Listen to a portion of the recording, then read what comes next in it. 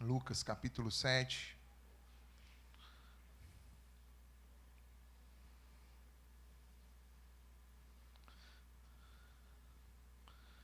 Aleluia.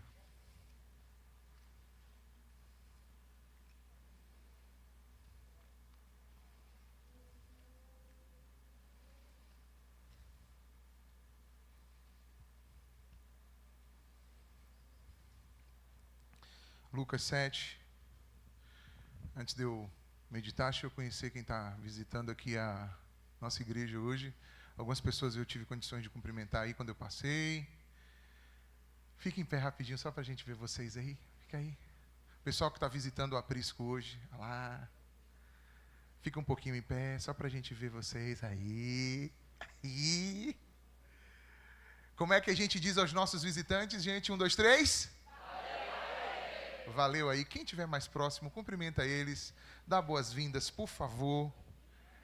Muito bem-vindos, em nome de Jesus. Que Deus abençoe.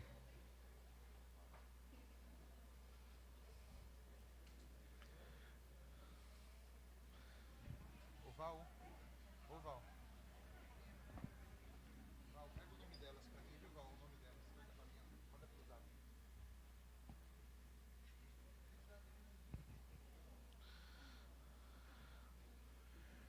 Aleluia. Acharam aí Lucas 7?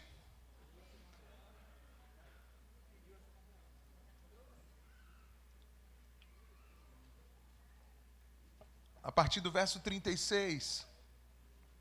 Lucas 7, a partir do verso 36. Rogou-lhe um dos fariseus que comesse com ele. E entrando Jesus na casa do fariseu, tomou lugar à mesa. E certa mulher da cidade, uma pecadora, sabendo que ele estava à mesa na casa do fariseu, levou um vaso de alabastro com unguento e, estando por detrás, aos seus pés, chorando, regava-o com suas lágrimas e então os enxugava com seus próprios cabelos. Beijava-os e os ungia com unguento. Quando o fariseu que eu tinha convidado viu isso, disse consigo mesmo: se esse fosse profeta, ele saberia quem e qual é a mulher que lhe tocou, pois ela é pecadora. Jesus então disse ao fariseu: Simão, eu tenho uma coisa para dizer para você. Respondeu ele: dize-a, mestre. Certo credor tinha 2 devedores. Um devia 500 denários e o outro 50. Não tendo eles com que pagar, perdoou-lhes a ambos. Ora, qual deles o amará mais? Respondeu-lhe Simão: eu tenho para mim que aquele a quem mais perdoou. Então Jesus disse: você falou certo, julgou bem. É isso aí. Então, voltando-se para a mulher, disse a Simão: você está vendo essa mulher aqui, Simão? Eu entrei na tua casa e você não me deu água para os pés. Essa mulher, porém, regou com lágrimas os meus pés e enxugou com seus próprios cabelos. Você não me deu nem um beijo, Simão, nem um ósculo você me deu. Mas ela, desde que ela entrou aqui, não parou de me beijar os pés. Você não ungiu a minha cabeça, Simão, com óleo, mas essa ungiu os meus pés com unguento. Por isso eu te digo que os muitos pecados lhe são perdoados, pois muito amou. Mas aquele, Simão, a quem pouco é perdoado, pouco ama. Então Jesus disse à mulher: os teus pecados te são perdoados. E os que estavam na mesa começaram a dizer entre si: quem é este que até perdoa pecados? E Jesus disse à mulher: a tua fé te salvou. Vai-te em paz. Aleluia. Aleluia. Nós vamos meditar nessa noite sobre valorizar a presença de Deus. Valorizar a presença de Deus. Esse texto ele traz um confronto entre um fariseu, que era considerado uma pessoa religiosa, praticante da religião judaica naquele momento, e contrasta ele com uma mulher pecadora, muito provavelmente uma mulher prostituta.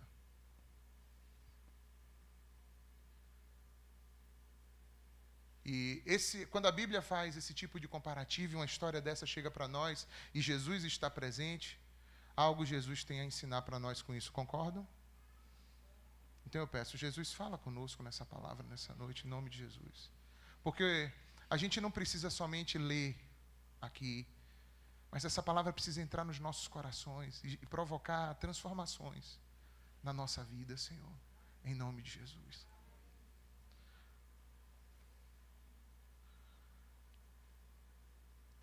A palavra então faz esse confronto entre um cara que é religioso e uma mulher pecadora, e como cada um deles se comporta na presença de Jesus. Um rogou Jesus para ir na casa dele, pediu a Jesus. A outra entrou lá, meio que de penetra. Entrou sem ser convidada. Jesus foi convidado pelo fariseu para estar lá. Mas ela entrou naquela casa meio que de penetra. E ao entrar naquela casa, ela se prostrou imediatamente aos pés de Jesus. A gente precisa entender que o nosso lugar é aos pés do Senhor. Ele recebeu Jesus na casa dele, talvez fosse uma casa até importante. Geralmente, quando esses jantares eram dados, conforme a tradição judaica, era posta uma mesa até num lugar bem visível, para que quem passasse na rua pudesse ver que estava se recebendo alguém, que estava se tendo uma festa ali. Então, muitas vezes, era uma forma de mostrar algo. E, aparentemente, isso estava ali, parece que embutido no coração do nosso amigo Simão, que estava lá naquele dia. Ele abriu a casa dele, fez a mesa, deve ter colocado uma boa mesa. Jesus estava lá. As mesas não eram assim dessa altura, nem dessa altura. Elas eram ainda um pouco mais baixas, e aí tinham as almofadas no chão, onde todo mundo sentava no chão, reclinado, e os pés ficavam geralmente assim, de lado para trás. Todo mundo ficava meio que inclinado em cima da mesa ali. E foi aí que ela aproveitou os pés de Jesus, e aí ela se lançou aos pés de Jesus e começou a chorar. Chorar e chorar. E ela chorou tanto que o pé de Jesus ficou encharcado, e ela, talvez por falta de qualquer coisa, ela pegou o próprio cabelo dela e começou a enxugar, e ela também derramava um perfume nos pés de Jesus. E beijava e jogava perfume, e beijava e jogava perfume. E aquilo foi incomodando o fariseu Simão. Todas as vezes que há uma adoração verdadeira sendo prestada, uma valorização verdadeira da presença de Deus, isso cria um desconforto para o espírito religioso farisaico, a falsa adoração, o falso respeito. E isso é um confronto muito sério para nós. Às vezes, quando a gente vem, seja no culto aqui, quando a gente vem adorar, ou quando a gente até está em nossos momentos em casa, eu espero que você tenha momentos durante a semana em casa, às vezes a gente age muito como Simão. Como se para Simão aquele dia fosse como qualquer dia. Ele estava recebendo uma pessoa ali, mas ele achava que, na verdade, o mais importante era ele mesmo. E que talvez quem devia se sentir honrado por estar na casa dele era o próprio Jesus. Enfim, a cabeça dele estava completamente equivocada e distorcida. Mas às vezes a gente age assim também. Às vezes a gente acha que é Jesus que tem que se sentir honrado de ter a mim como um servo. Jesus é que tem que se sentir honrado em que hoje eu vim para o culto aqui. E não eu que devo honrá-lo. E não eu que devo valorizar a sua presença, a sua grandiosidade, a sua maravilhosa misericórdia, o seu maravilhoso amor. Meu irmão, minha irmã, vamos nos entregar verdadeiramente à adoração ao Senhor. Quando louvores estão sendo ministrados aqui, e quem está aqui conduzindo o louvor, óbvio que tem uma perspectiva de tentar conduzir todos vocês dentro de um momento de louvor, de música, adoração e cântico. Não significa que eles vão conseguir fazer isso. É apenas uma direção. Porque, na verdade, no final das contas, parte muito da tua própria dedicação, de como você valoriza o momento que você está aqui. Às vezes, quando a gente está aqui, e eu não deixo de observar isso, né? A gente é uma igreja que tem momentos diversos durante o nosso culto. Então, se você chega mais cedo, você vai ver que sempre tem um pessoal na varanda, tal, não sei o que, daqui a pouco começa o culto. Às vezes, no domingo, antes da mensagem, a gente tem uma paradinha para se falar e tal, a galera, né, se vê, depois a gente vem para cá. Mas, às vezes, parece que a gente, algumas vezes, perde o foco do que é que a gente veio fazer, do que é que estamos aqui buscando, para que é que nós viemos, e a gente fica meio perdido. Não foram poucas as vezes que eu já vi gente no celular o tempo todo, fazendo coisas completamente fora, distorcidas daquilo que a gente está vivenciando aqui. Porque quando você está no celular, mas está acompanhando um texto bíblico, ou até tweetando uma coisa, ou fazendo uma thread nova, não sei, de repente, você pode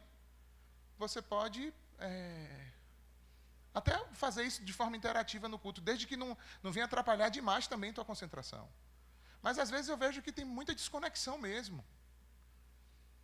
Isso acontece com a gente porque eu acho que a gente está se achando demais às vezes. E a gente não se humilha, a gente não se entrega, a gente não adora o Senhor com extravagância, com força como a gente poderia.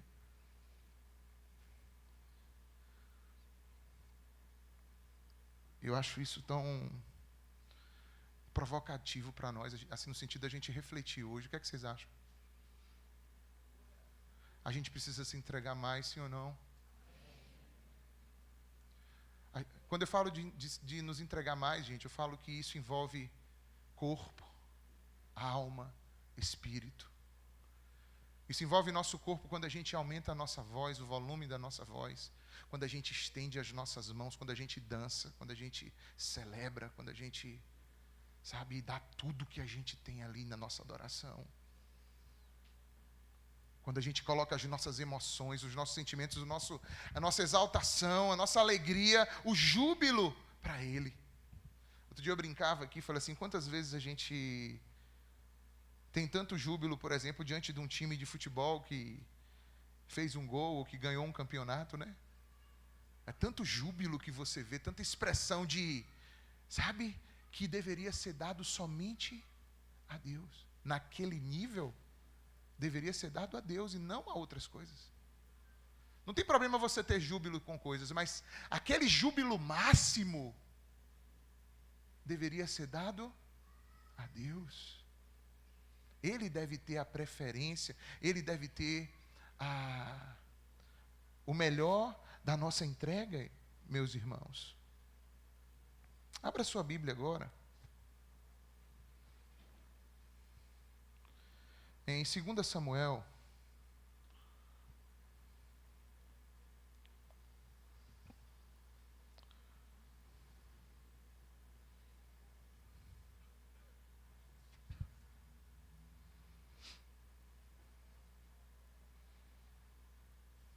capítulo 6.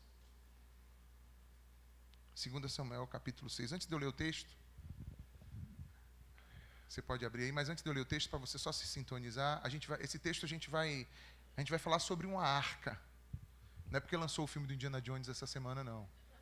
Mas a gente vai falar sobre aquela arca do filme do Indiana Jones e a arca perdida, que é a arca do testemunho, a arca que estava no tabernáculo e no templo, né? No Antigo Testamento existia um tabernáculo, um templo que Deus mandou construir. Dentro desse templo tinha várias coisas, mas a parte mais importante, vamos dizer assim, era essa bendita dessa arca, chamada Arca da Aliança, ou Arca do Testemunho. E essa arca, ela ficava no lugar mais escondido, mais interno, que chamava Santíssimo Lugar, ou Santo dos Santos. E ali, ninguém podia entrar, como Mateus falou hoje aqui na ministração, ali ninguém podia entrar, senão o sumo sacerdote, uma vez por ano, no dia do perdão, ele podia entrar lá. Porque era um lugar chamado lugar santíssimo. E aquele lugar santíssimo, ele continha lá essa arca. E essa arca era muito, mas muito importante, porque ela representava a presença de Deus. A arca, então, representava o quê? A presença de Deus. Vamos ler o texto agora para a gente ir. 2 Samuel, capítulo 6. A partir do versículo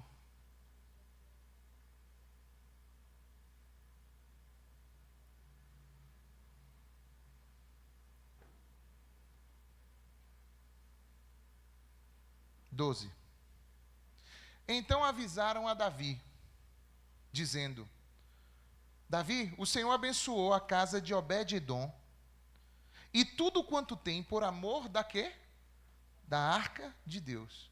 Foi, pois, Davi, e com alegria fez subir a arca de Deus da casa de Obed-edom até a cidade de Davi.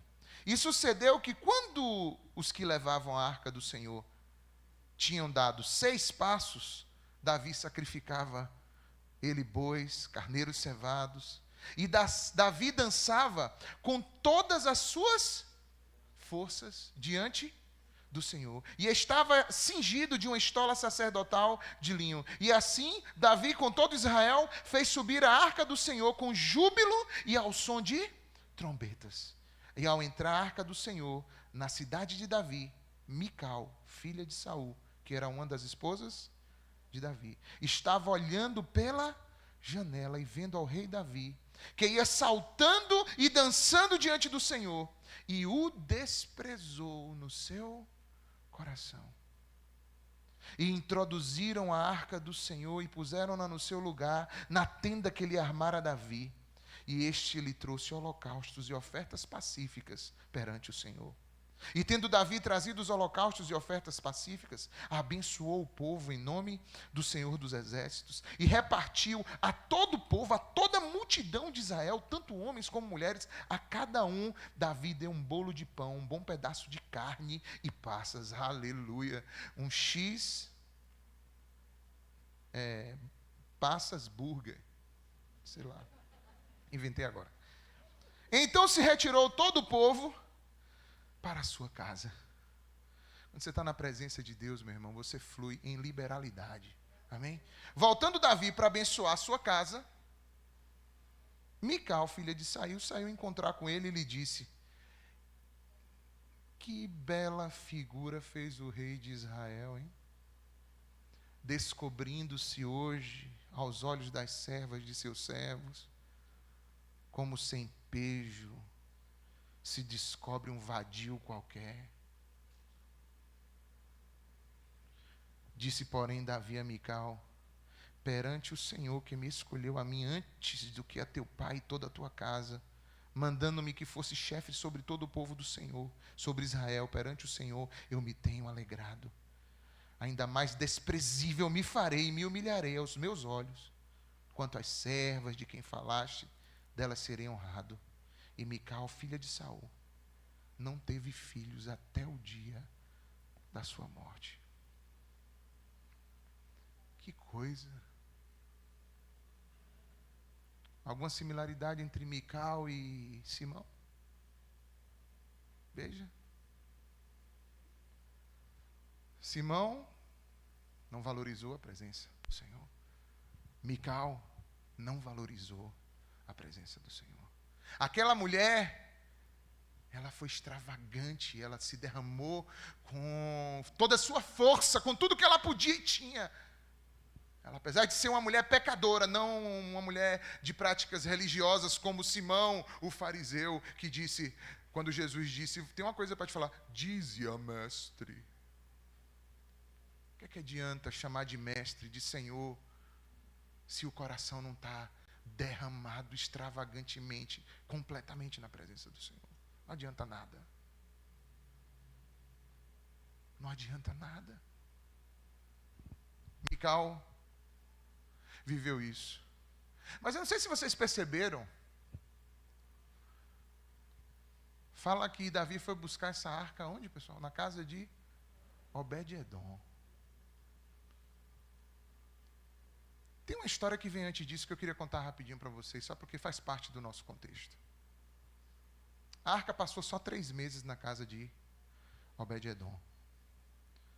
Mas a família de Obed-edom foi completamente transformada em 3 meses com a arca na casa dele. Preste atenção nisso. Antes dessa arca vir para a casa de Obed-edom, aconteceram algumas coisas. Vamos voltar um pouquinho a fita. Rebobinando, vamos parar aqui, nesse ponto. Nasceu Samuel, profeta em Israel, filho de Ana e Elcana. Lá atrás, tinha um cara chamado Eli, que era sacerdote do templo. O templo onde ficava o quê? A arca. E Eli tinha 2 filhos, chamados Ofni e Finéas. E os filhos de Ofni e Finéas, os filhos de Eli, Ofni e Finéas, apesar deles estarem convivendo dentro do templo e o pai deles ser sacerdote, eles não tinham nenhum respeito à presença de Deus, nem às coisas de Deus. Nenhum. Você pode ler isso depois aí, nos capítulos anteriores. Mas eu vou resumir aqui para a gente. Quando o povo chegava para trazer oferta, eles queriam arrastar a oferta para eles antes do povo entregar as ofertas deles. Eles não respeitavam nada, os utensílios, as coisas da casa de Deus. Eles não respeitavam nada. E Eli, ao invés de Eli ser firme com eles, Eli deixava eles fazerem o que eles quisessem. A ponto de Deus mandar uma mensagem para Eli. Se você abrir aí rapidinho, em 1 Samuel aí, capítulo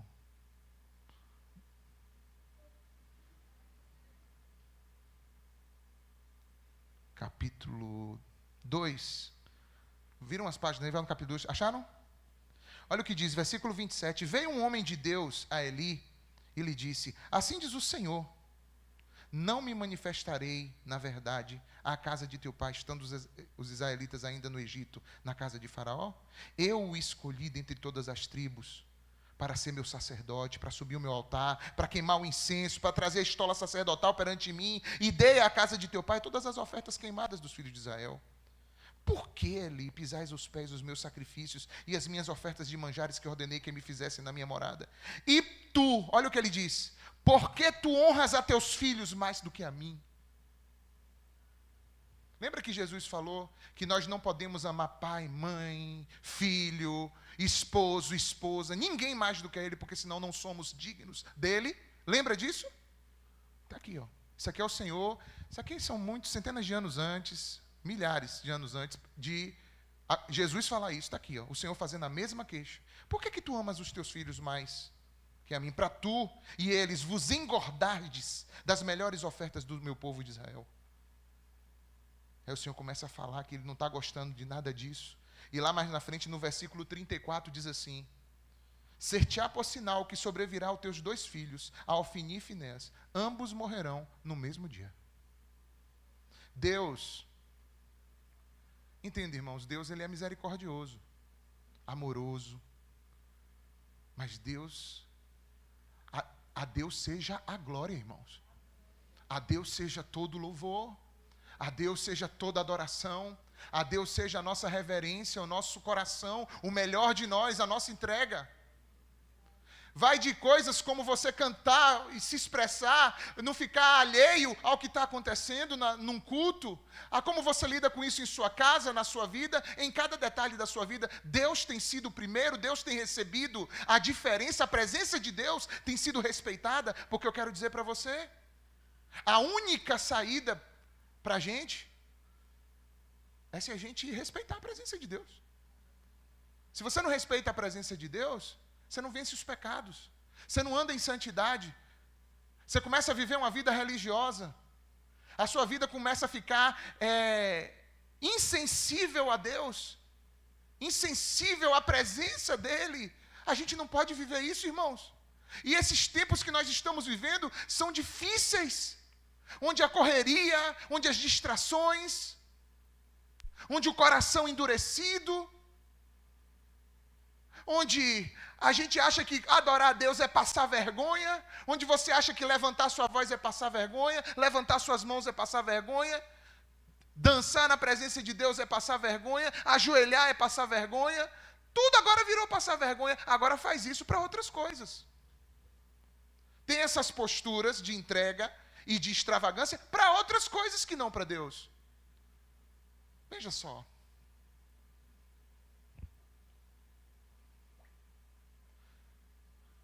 E aí fica na janela. Fica observando o que o outro está fazendo. E sendo apenas o quê? Crítico. A gente não pode viver uma postura de criticismo, de acidez o tempo todo com tudo. Senão você não se entrega na presença de Deus, meu irmão, minha irmã. Enfim. O que aconteceu foi que um dia Israel saiu para pelejar contra os filisteus, para uma guerra contra os filisteus. E aí, quando eles saíram na primeira investida na guerra, eles tomaram pau. Pá! Tomaram pau, morreu não sei quantos. Aí eles voltaram para a cidade e falaram assim, o que está acontecendo? Deus não está conosco, não? A gente saiu agora para pelejar com os filisteus e perdemos. Aí sabe o que aconteceu? Os dois bonitinhos, Ofni e Finés, chegaram e disseram assim, sabe o que a gente vai fazer? Vamos pegar a arca e vamos levar junto com a gente, porque Deus vai estar junto com a gente. Tiraram a arca de dentro do templo, pegaram a arca e levaram para o fronte de batalha. Quando eles pegaram a arca, o povo todo, quando viu a arca, o pessoal que estava guerreando, o pessoal teve um júbilo.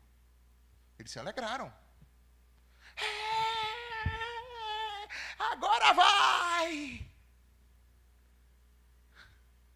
Agora a gente ganha, vamos! E aí o grito foi tão grande que os filisteus do outro lado falaram assim, rapaz, perdemos. Aí algum líder dos filisteus disse assim, não, gente, calma aí, recobra ânimo, vamos para cima. Vamos para cima. E você sabe o que foi que aconteceu? Os filisteus foram para cima, prevaleceram contra Israel e ainda tomaram a arca e levaram. Deus quer obediência, reverência. Deus não quer que a gente haja adoração, expressão. Deus quer que a gente haja conforme a vontade dEle. A arca não podia ter sido removida daquele jeito. Mas quando você não valoriza a presença de Deus na sua vida, você leva essa arca para onde você bem entende, porque você não respeita mais. Então você não se santifica mais, você leva a arca de Deus, porque a arca de Deus hoje, a presença de Deus está onde? Dentro de nós. Se você valoriza isso, você não vai pegar essa arca e levar para qualquer canto, é ou não é? Então muitas vezes a gente está derrotado, fragilizado, porque não temos honrado ou valorizado a presença de Deus.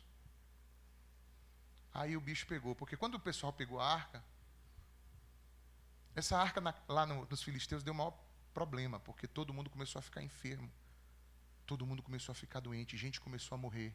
E eles colocaram a arca de Deus dentro de um templo chamado Templo de Dagon, que era o templo que eles adoravam. Eles botaram a arca no mesmo lugar onde tinha uma estátua de Dagon. E aconteceu que acordaram um lindo dia e a estátua de Dagon tinha caído e quebrado o pescoço da estátua. Os caras falaram, estamos quebrados, a gente vai ter que devolver. E aí eles fizeram um plano para devolver. E até devolver era só quem chegava perto da arca ficava doente, morria, tinha enfermidade. Eles aí ligeiro prepararam um carro com bois. A arca podia ser carregada com bois? Não. Deus havia instruído que a arca só poderia ser carregada por levitas e nos ombros. Para isso tinha aquelas varas em volta para levar. Eles botaram em cima dos bois. Todos eles foram feridos com hemorroidas. E para o detalhe da história, para eles ficarem livres daquilo, eles tiveram que fazer hemorroidinhas de ouro para ofertar ao povo. São detalhes assim que deixa o texto mais suave agora para nós, né? Vamos dizer assim. Mas para quem passou lá naquele dia não foi suave, não. Hemorroidinhas de ouro para ser livre daquela maldição. Enfim, eles devolveram a arca. E quando eles devolveram a arca, eles decidiram levar a arca para a casa de um cara chamado Abinadab. Abinadab, a arca de Deus passou aproximadamente 20 anos dentro da casa de Abinadab. 20 anos. E você sabe o que aconteceu lá na casa de Abinadab? Nada. Abinadab conhecia, sabia o que era a arca, ele sabia, mas Abinadab não deu valor à arca. Não adianta você ter nominalmente o nome de crente ou de que você tem a presença de Deus se você não dá valor à presença de Deus que está na tua vida. Quantos estão entendendo a palavra? Não adianta a gente simplesmente dizer eu sou crente, se ser crente, a presença do Espírito na tua vida não influencia cada mínima decisão que você toma, cada minuto do teu dia, cada aspecto da tua vida, de como você vive, faz escolhas, toma decisões, lida com as pessoas, lida com o seu dinheiro, lida com a sua congregação, lida com sua vida espiritual. Não adianta carregar um nome de crente. Era Abinadab era alguém de Israel, era alguém que conhecia a arca. Passou 20 anos a arca dentro da casa dele. E sabe o que aconteceu? Fala de novo para mim. Nada. Não aconteceu nada. Pelo contrário. Pelo contrário.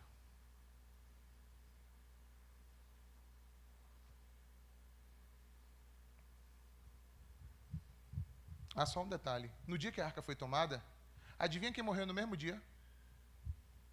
Os 2 filhos de Eli, conforme havia sido predito pelo homem de Deus que passou lá por Eli e falou. E Eli, ele estava vendo aquilo tudo. E é interessante essa figura de Eli, porque ele, ao mesmo tempo que ele parece ter consciência dos erros dele, parece que ele não toma providência com as coisas. Às vezes isso acontece com a gente. Às vezes a gente tem consciência de onde estamos falhando, mas nós não tomamos as devidas providências. E isso traz consequências, irmãos. Quando a galera voltou para dar notícia para Eli, Eli já estava obeso, era um cara obeso. E essa obesidade dele, aqui dentro do contexto bíblico, não é gordofobia não, galera. Porque agora a Bíblia também vai ser gordofóbica, é isso? Não, ele era obeso mesmo porque ele estava exagerando na maneira como ele lidava com as coisas, ele estava engordando.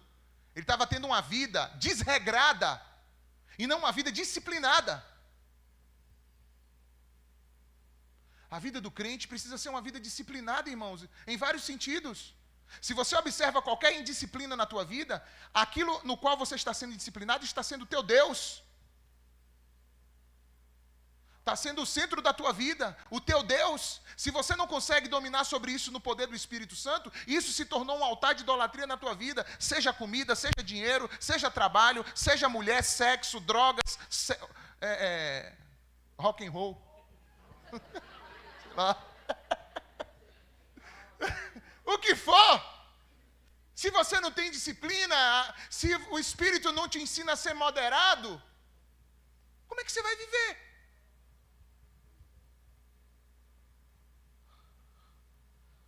Pois então, 20 anos na casa de Abinadab. 20 anos.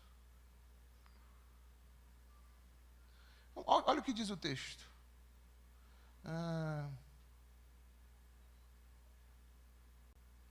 1 Samuel 7, olha aí.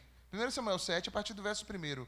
Então vieram os homens de Kiriat Jearim, e levaram a arca do Senhor para a casa de quem? De Abinadab, no outeiro, e consagraram quem? Eleazar, seu filho, para que guardasse a arca do Senhor. Sucedeu que desde aquele dia a arca ficou em Kiriat Jearim. Tantos dias se passaram que chegaram a 20 anos e toda a casa de Israel dirigia apenas o quê? Lamentações ao Senhor. Ou seja, não acontecia nada. Não tinha o poder de Deus sendo manifesto. Como aconteceu na casa de Obed-Edom.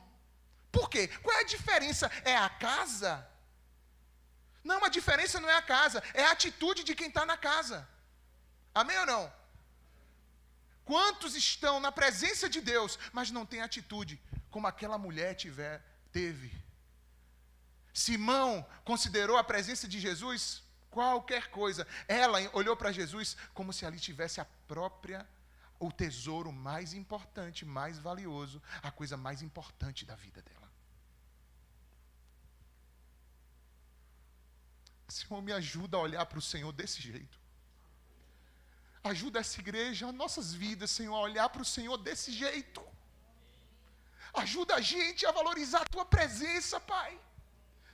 Seja no nosso particular, seja nos momentos que estamos aqui reunidos, Senhor.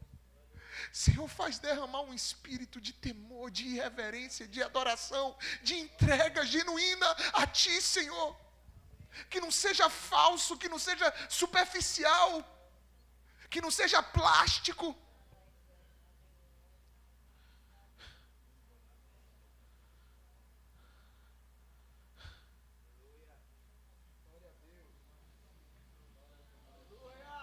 Aleluia. Abinadab também tinha 2 filhos. Um era Eleazar e o outro sabe quem era? Um cara chamado Uzá. Você sabe o que é uma arca passar 20 anos dentro da casa e você ter 2 filhos ali e parece que eles não entenderam nada? Muito tempo passou, pessoal. Até o dia que Davi falou assim, gente, onde é que está a arca mesmo? Davi foi empossado rei sobre Israel. E aí, logo depois dele vencer os filisteus, ele perguntou, a arca está onde? A gente vai trazer a arca de volta para onde ela deve estar. Está onde? Está lá na casa, sabe de quem? De Abinadab. Vamos lá, vamos buscar. Davi pegou aquele exército de pessoas e foi buscar a arca.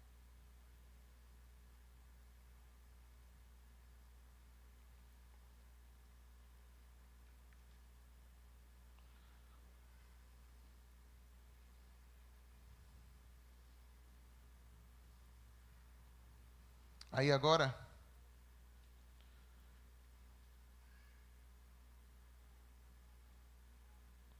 o que é que acontece? Quando chega lá, que Davi vai buscar essa arca com toda a sua comitiva, sabe o que é que Davi diz? Vamos fazer o seguinte, pessoal, vamos fazer um carro novo de boi. Vamos botar a arca em cima e a gente leva. Fizeram um carro novinho de boi. Botaram os bois, os melhores bois, o carro zerinho, botaram a arca em cima e lá vem eles no caminho trazendo a arca de volta. E sabe quem estava bem na frente, bem perto da arca? Os 2 filhos de Abinadab. Eleazar, Uzá.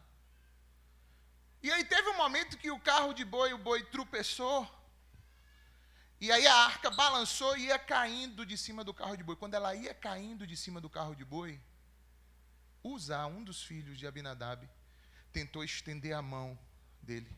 E quando ele estendeu a mão dele, que botou a mão para segurar a arca para ela não cair, ele foi imediatamente fulminado, vivo, morto, na mesma hora. Quando aquela arca caiu no chão, Davi olhou aquilo, a forma como Deus agiu. Davi se irritou dentro do coração. Davi falou, Ai, ai, ai. Como é que Deus faz um negócio desse? A gente está indo na maior das boas intenções. Meu irmão, deixa eu te dizer, de boas intenções, o inferno. Ah, como você... Versículo ninguém sabe. Vocês são engraçados, bicho. São muito engraçados.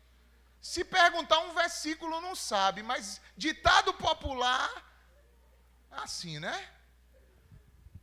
Tá certo. Vamos para frente. A gente, na maior das boas intenções, vai lá, valorizando Deus, valorizando a presença de Deus. Entenda, meu irmão, minha irmã, valorizar a presença de Deus não é você valorizar do jeito que você acha. É do jeito que Deus quer. E não é só de boas intenções. Deus requer obediência, irmãos. Amém ou não? Fale, Deus requer a obediência dos seus filhos. Ele meteu a mão, morreu. Davi ficou pirado. Aí o pessoal ajeitou ligeiro, trouxe os levitas para poder ajustar a arca e falou assim: não vamos voltar lá para a casa de Abinadab, não. Deixa essa arca aí na casa de Obed-edom. Deixa aí. E vamos embora. Sai daqui. Eu não quero conta com isso, não. Deixa quieto. Aí Davi foi para casa. Pensou, repensou, refletiu e tal. Meditou, falou o que é que está acontecendo. Aí ele parou e falou assim: eu já sei o que é que aconteceu. A gente desobedeceu o Senhor. A gente quis fazer uma coisa, mas a gente fez em desobediência, achando que estava agradando. A arca do Senhor não podia ser trazida por bichos. Era para ser trazida por nós. O que é que isso representa? Irmãos,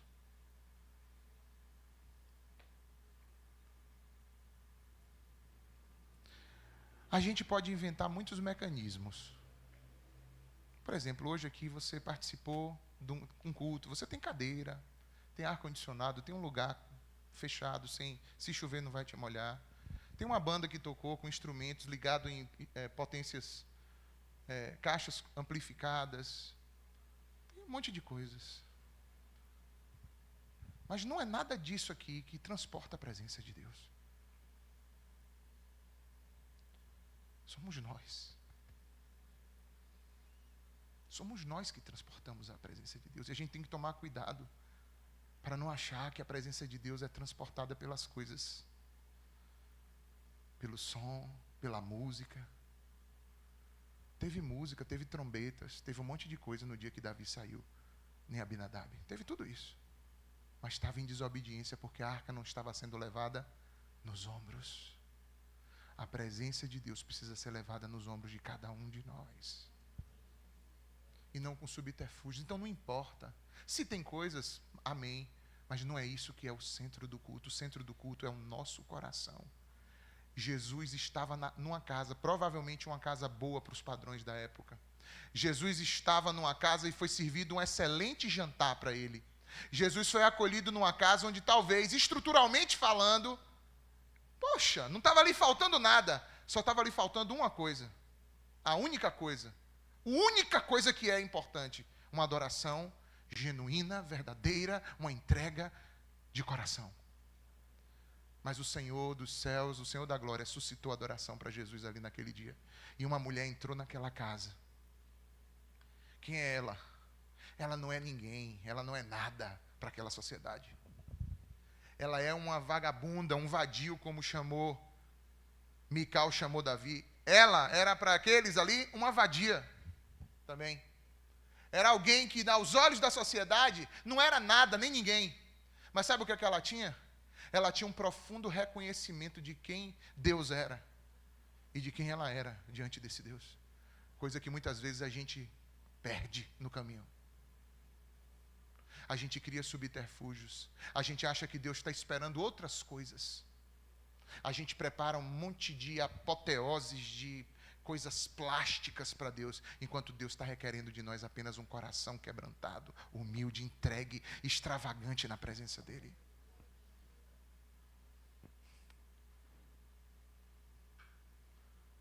Davi disse: a gente vai voltar lá. Eu ouvi dizer, como é que está a casa de Obed-Edom? Você não tem noção, a arca só passou 3 meses lá, a vida de Obed-Edom foi transformada em todos os sentidos. A família dele foi toda tocada. Porque quando você valoriza a presença de Deus, todo mundo na tua casa vai ser abençoado. Tem muitos crentes, homens e mulheres de Deus, que estão vendo seus filhos morrerem e escorrerem pelas suas mãos, porque têm vivido apenas vida religiosa e não têm vivido uma vida de entrega extravagante na presença de Deus. Não vai funcionar. Não vai funcionar. Ou é de verdade, pessoal, ou seus filhos vão descobrir mais cedo ou mais tarde. Ou o que está na sua vida é de verdade, ou a gurizada vai saber mais cedo ou mais tarde.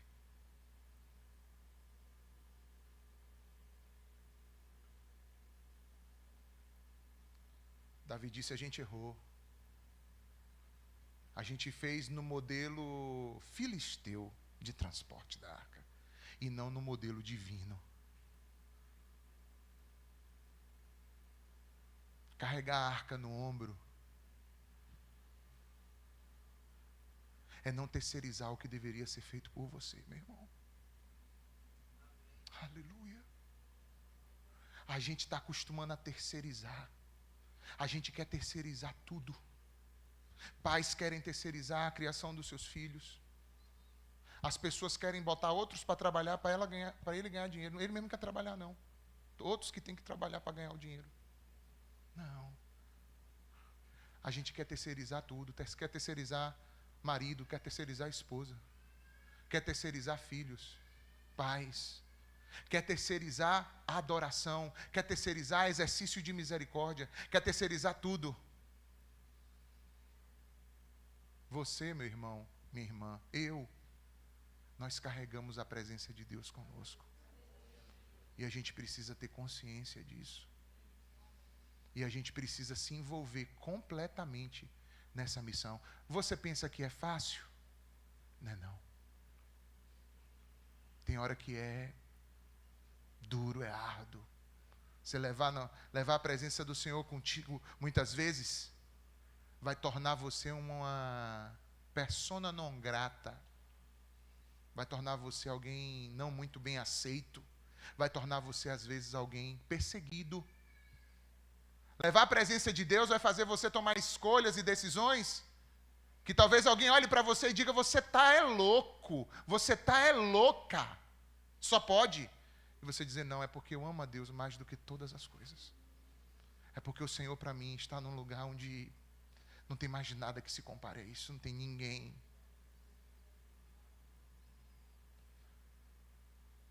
Davi então fez conserto, voltou lá. E quando ele chegou à casa de Obed-Edom, estava abençoadíssima. Ele disse, Obed-Edom, viemos buscar a arca, pode levar. E a arca devia estar muito bem cuidada, não somente cuidada fisicamente, porque não se trata disso simplesmente. Isso envolve também. Mas com um temor e uma reverência, um amor de entrega da vida dele e da sua família por aquilo, a tal ponto que ele e toda a sua casa, a partir daquele dia, passaram a servir ao Senhor no templo, foram junto com a arca. Amém? Então, às vezes, a arca vem até onde a gente está, para que a gente possa ir para onde a arca está. Jesus veio até onde a gente está, para que a gente possa estar um dia onde Ele já está agora, na glória do Pai. Aleluia, aleluia. Meu irmão, minha irmã, se você quer saber o que é que será necessário nesse último tempo que a gente está vivendo, não é de crentes que vão para a internet discutir política, discutir LGBT, nem nada disso. Dentro do corpo de Cristo tem algumas pessoas que são chamadas para isso. Mas o corpo de Cristo foi chamado para viver profundamente esse amor de Deus dentro da sua própria vida, fazendo as decisões e escolhas corretas conforme o amor de Deus, para que isso traga quem está nas trevas para a luz.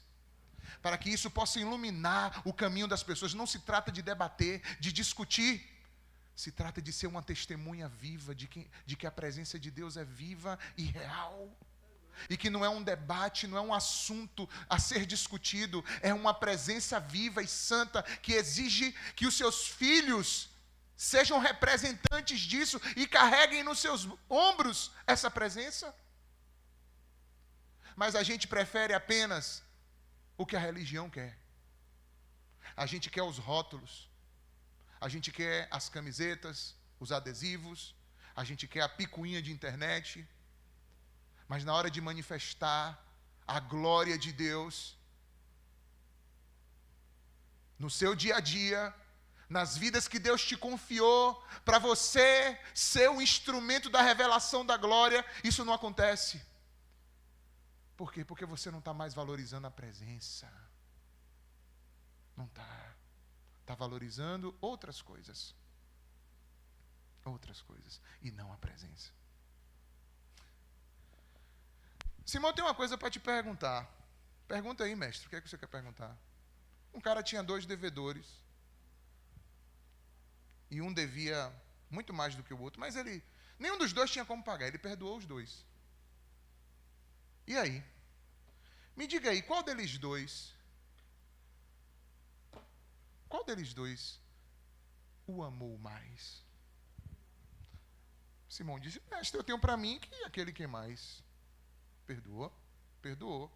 Ele disse, muito bem, Simão, acertou, resposta correta. Ai, Simão, obrigado, mestre, pode contar comigo, precisar de um helpdesk, um cara que esteja com você aí, tirar tuas dúvidas, qualquer coisa pode me perguntar, eu estou aqui. Não, Simão, peraí, deixa eu te falar uma coisa.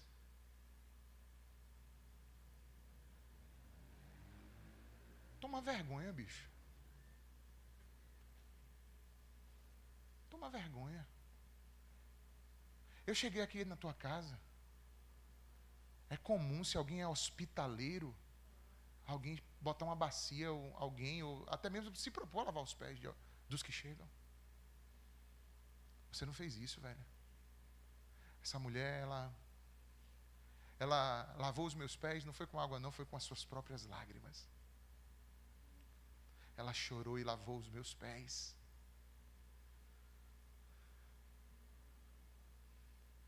Eu cheguei aqui, você não lavou os meus pés. Veja, irmãos, quando Jesus está falando isso para Simão, Jesus não está julgando Simão. Jesus está exortando Simão. Ele está fazendo Simão se enxergar na realidade do que ele está vivendo, que ele não estava percebendo a realidade. Ele tinha criado um modelo de vida completamente distorcido, descolado do que precisava ser. E Jesus está trazendo ele para a realidade. Jesus está dizendo, não era para ser assim, cara. Você deveria valorizar a minha presença. Outra coisa, deixa eu te dizer, Simão. Você não me deu nem toalha. Ela enxugou meus pés com os próprios cabelos. Olha, irmãos, tem várias coisas. A mulher não podia soltar o cabelo publicamente. Já era um escândalo. O cabelo para a mulher, vocês sabem, mulheres, é um negócio, né? Acho que é um dos principais bens físicos da mulher. Nunca vi um mercado de estética capilar que diga. A mulher valoriza demais a questão do cabelo, o cuidado do cabelo e tudo mais. Pelo menos na maioria absoluta. Todo caso tem exceção, né? Mas a maioria absoluta é assim. Quando não é essa, tem outras vaidades que também se tem. Enfim, sempre tudo é vaidade, como diz a palavra. Mas voltando, ela pegou aquilo que era talvez de mais importante para ela e colocou na posição mais degradante que alguém poderia estar, que era justamente botar nos pés enlameados de alguém. Mas sabe por que isso? Porque ela entendia que a lama do pé de Jesus era mais rica do que o Lancôme dela. Ela entendia isso. Pastor, viajei agora, não sei o que é Lancôme. Vai para o Google depois.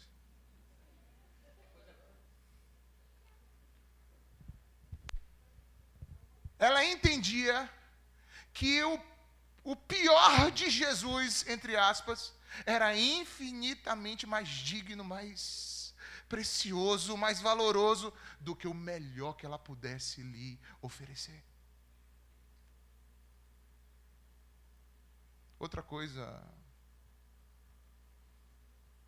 Simão, tu não me deu nem um beijinho, cara. Não me deu nenhum beijinho, tu não fez nenhum gesto de apreciação, de amizade, de carinho, de afeto, de consideração. Tu não me deu nenhum beijinho. Essa mulher, desde a hora que ela chegou, ela não para de beijar os meus pés. Enquanto eles estão conversando, tá aquele barulho. Né? Imagine que situação. E Simão irritado com aquilo, tipo Mical. Simão irritado, tipo Mical. Porque ele não queria fazer entrega e estava criticando quem estava fazendo sua entrega. Quantos vão sair dessa noite aqui para fazer uma entrega mais integral ao Senhor, mais dedicada? Quantos estão entendendo a palavra do Senhor nessa noite? O Espírito está trabalhando aí dentro de você, porque trabalhou comigo hoje à tarde, moendo, e eu venho refletindo nessa mensagem aos pouquinhos durante a semana, e em crise, o que é que eu vou ministrar mesmo? É isso mesmo, Senhor, é isso mesmo. Às vezes bate uma crise, irmãos, na hora de pregar uma palavra dessa de domingo, que vocês nem imaginam. Nem imaginam. Porque eu tento também fazer com temor, com reverência, entendendo que Deus separou você para estar aqui hoje junto comigo, e a gente aqui adorando, e que o Espírito de Deus quer algo de nós aqui, e eu não quero atrapalhar o que Ele quer fazer. Eu quero também participar, eu quero também ser parte desse processo.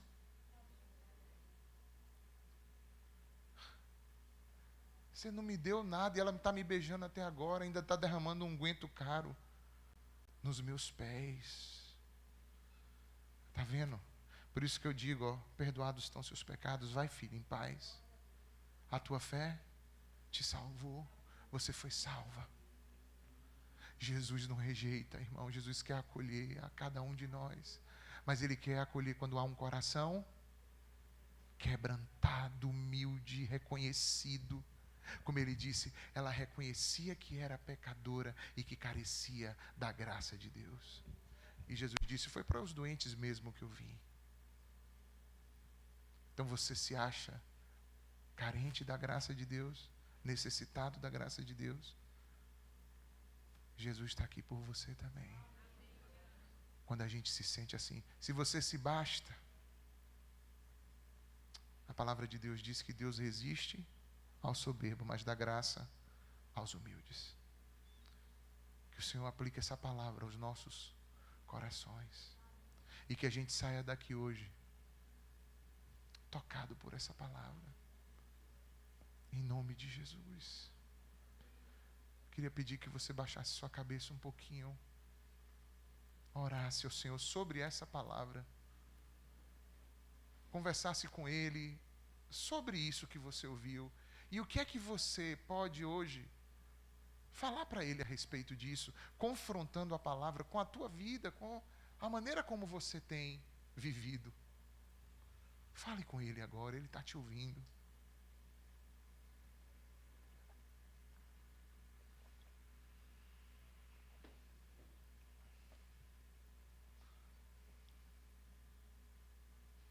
Aleluia. Aleluia. Aleluia. Aleluia. Aleluia.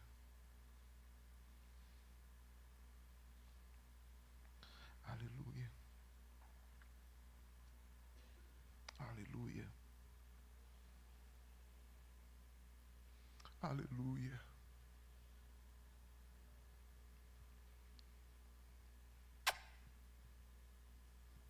Aleluia.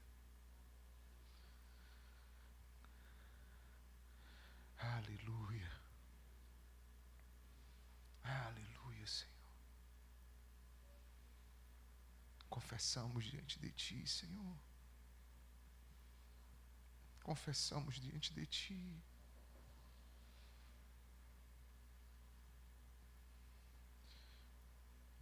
Que a nossa entrega muitas vezes tem sido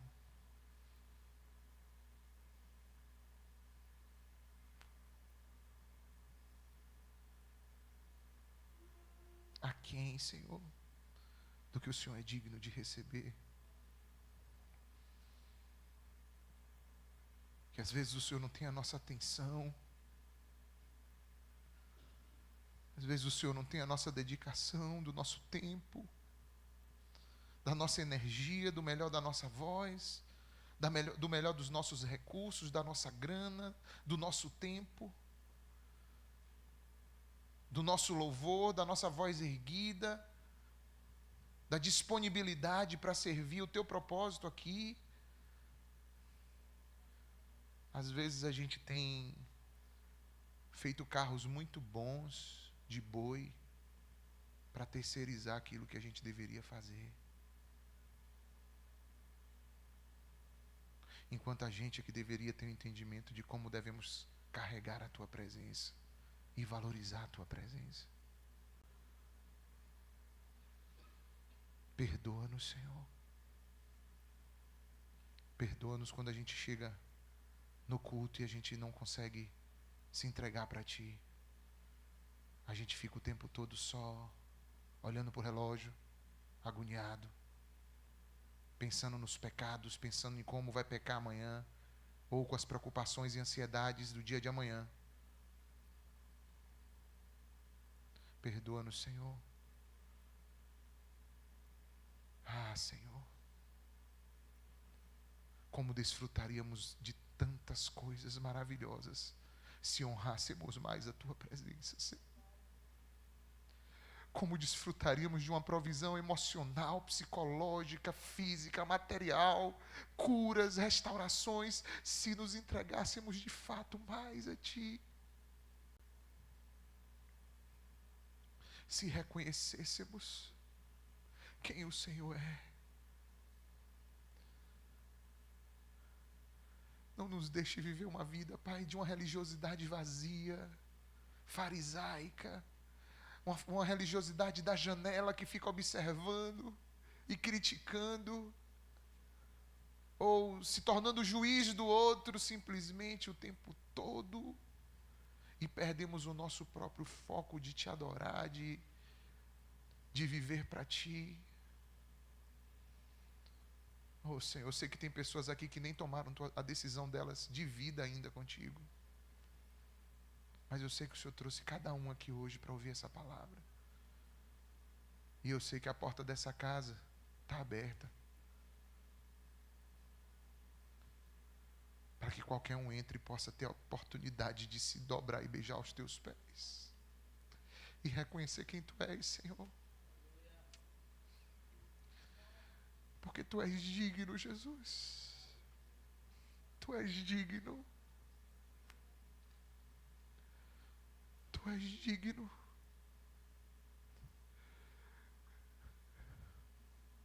Tu és digno, Senhor.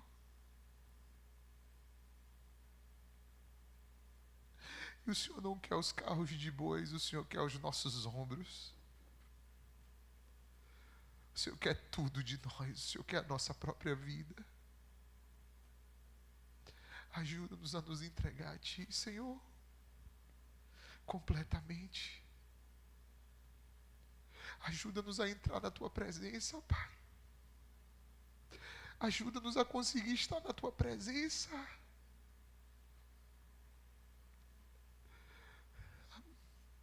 Quebranta os corações, Senhor. Tira a dureza, a rigidez. Sara, Pai, as feridas, Deus. Sara feridas aqui, Senhor.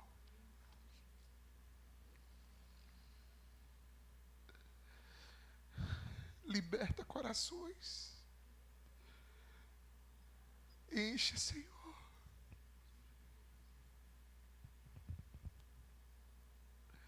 Enche, Senhor.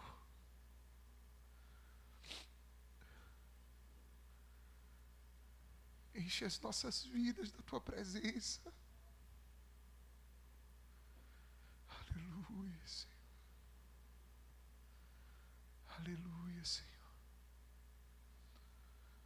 Aleluia, Senhor.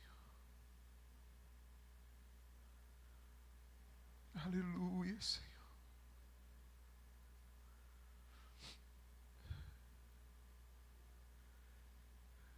Queremos te dar o nosso melhor, a nossa vida. Queremos te adorar com toda a nossa força, com todo o nosso coração, com toda a alma, com todo o entendimento. Queremos te adorar, Senhor. Queremos te adorar.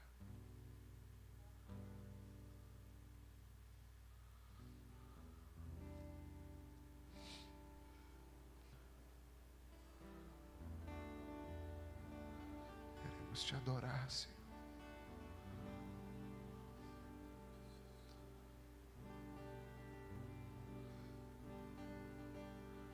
Queremos te adorar, Senhor. Aleluia. Aleluia.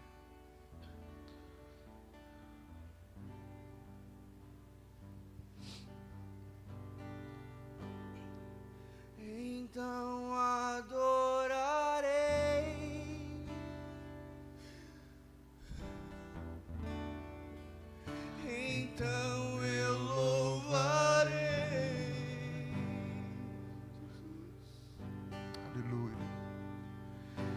então me renderei,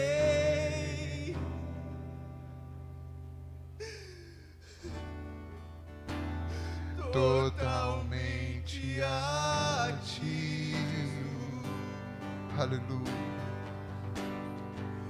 então adorarei, Aleluia. então eu louvarei, então eu louvarei com toda a minha vida, então me renderei totalmente a ti, Jesus, totalmente a ti. A tua presença é real, a tua presença é real. Aleluia. Aqui nesse lugar, tua presença ela é real. Aleluia. Tua presença é real. orava soricanderava Aqui nesse lugar. a tua presença, Ergue a tua voz. tua presença Adore. é Exalte. Exalte a Ele.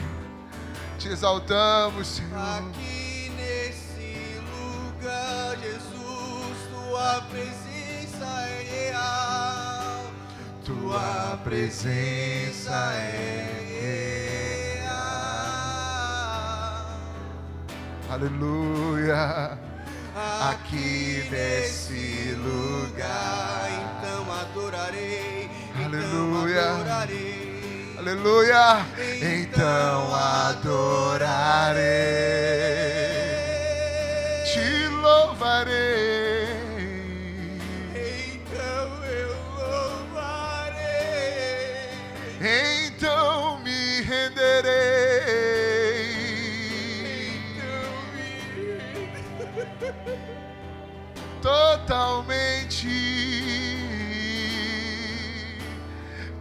Totalmente a ti, então adorarei, então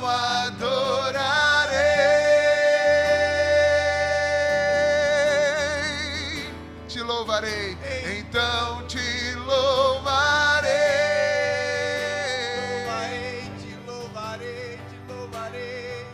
então me renderei totalmente, totalmente a ti. Ah, Jesus, estamos aqui, Jesus, diante da presença. Totalmente a ti. Ah, Jesus. Totalmente a ti. Ah, Jesus, estamos aqui, Senhor, estamos Junto com os querubins cantando.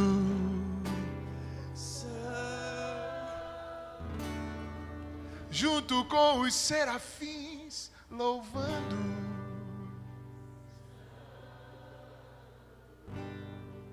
Junto com os querubins cantando.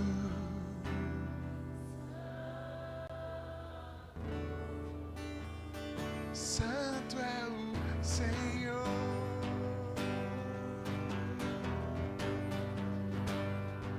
Junto com os querubins cantando.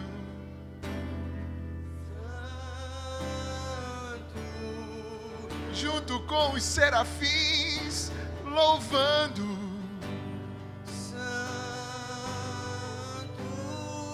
Junto com os querubins cantando.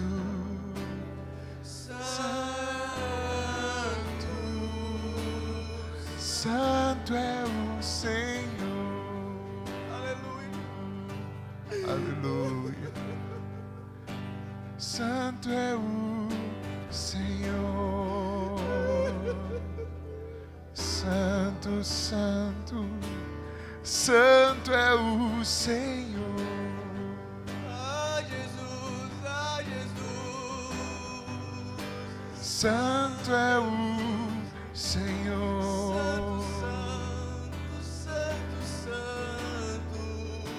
Santo é o Senhor. Não há outro igual a ti, Jesus. Ele é santo. Santo é o Senhor. Não há outro Deus grande como tu. Santo é o Senhor. Abrimos nosso coração, Senhor, nos derramamos diante de ti. Santo é o Senhor. Vem com o teu lugar, Senhor. Santo é o Senhor. Derrama o teu Espírito sobre a nossa congregação. Santo é o Senhor. Arrebata os nossos corações, Jesus, para perto de ti. Santo é o Senhor. Ai, Jesus. Não há outro como o Senhor. Como nós precisamos de Ti. Como precisamos de Ti. Como reconhecemos que precisamos de Ti. Oh, Senhor. Aleluia.